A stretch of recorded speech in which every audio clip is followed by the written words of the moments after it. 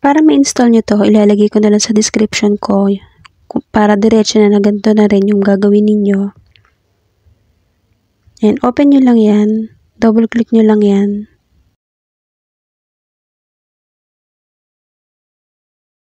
Tapos extract to, ito i-close nyo lang yan.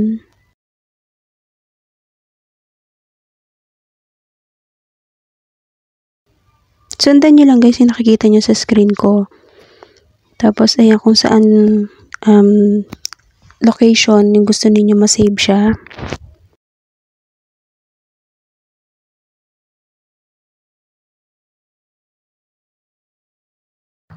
Ito sa tabi lang yan, dun sa download. Pundito nyo lang yung folder na yan. Tapos taskbar thumbnail tweaker. Tapos itong icon ng taskbar thumbnail tweaker, yan yung pipindutin ninyo.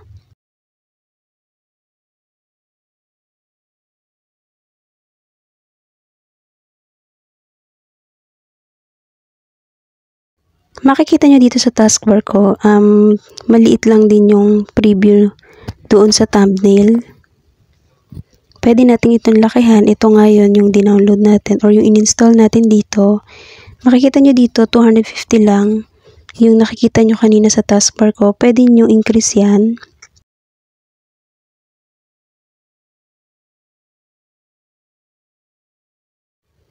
Ayan, increase natin. Lagawin natin nasa 500. Tingnan nyo lang kung ano yung gusto ninyong size dun sa preview, dun sa thumbnail ninyo sa taskbar. Pwede naman yan i-edit. Pwede nyo yung balik-balikan kung gusto ninyo or okay na sa inyo yung preview na yon sa thumbnail ninyo. And pag okay na sa inyo yan, i-apply nyo lang. Wala naman kayo ibang babaguhin dyan. Okay nyo lang yan. Or i-close nyo lang. And dyan sa keyboard ninyo, Control, Shift, Escape. Pindutin nyo lang yan sa keyboard ninyo. Pag lumabas ito, hanapin nyo lang itong Windows Explorer. Ayan. Pindutin nyo lang yan. Tapos, restart.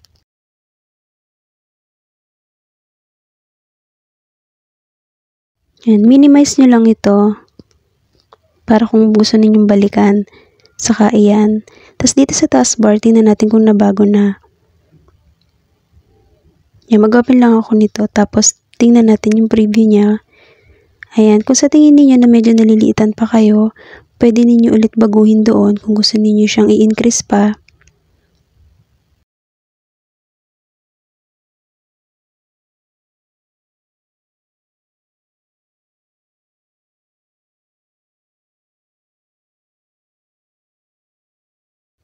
And kaya ko sa inyo pinaminimize, balikan nyo lang tong taskbar thumbnail tweaker, tapos increase nyo na lang ulit kung okay na kayo dyan.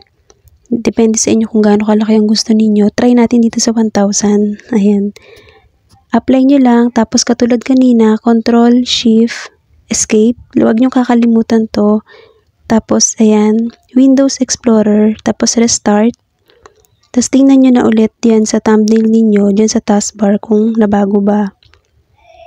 Yan, open ko na lang ulit kasi nag-exit siya.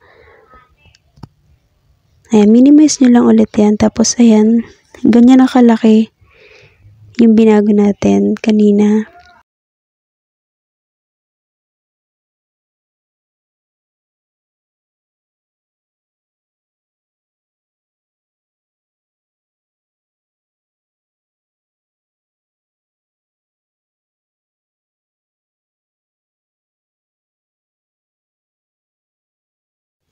Ayan, kung gusto niyo ulit baguhin, puntahan nyo lang ulit yan. Tapos, decrease nyo na kung saang size talaga yung gusto ninyo ilagay siya.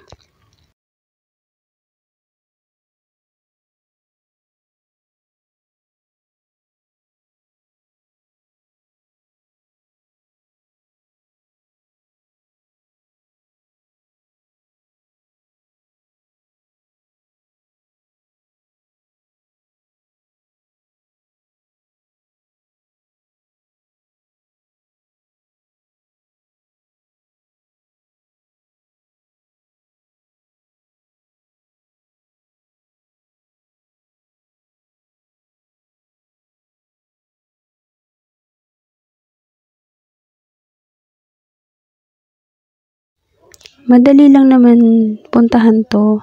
Madali lang ninyo magagawa kasi hindi naman siya ganun kahirap.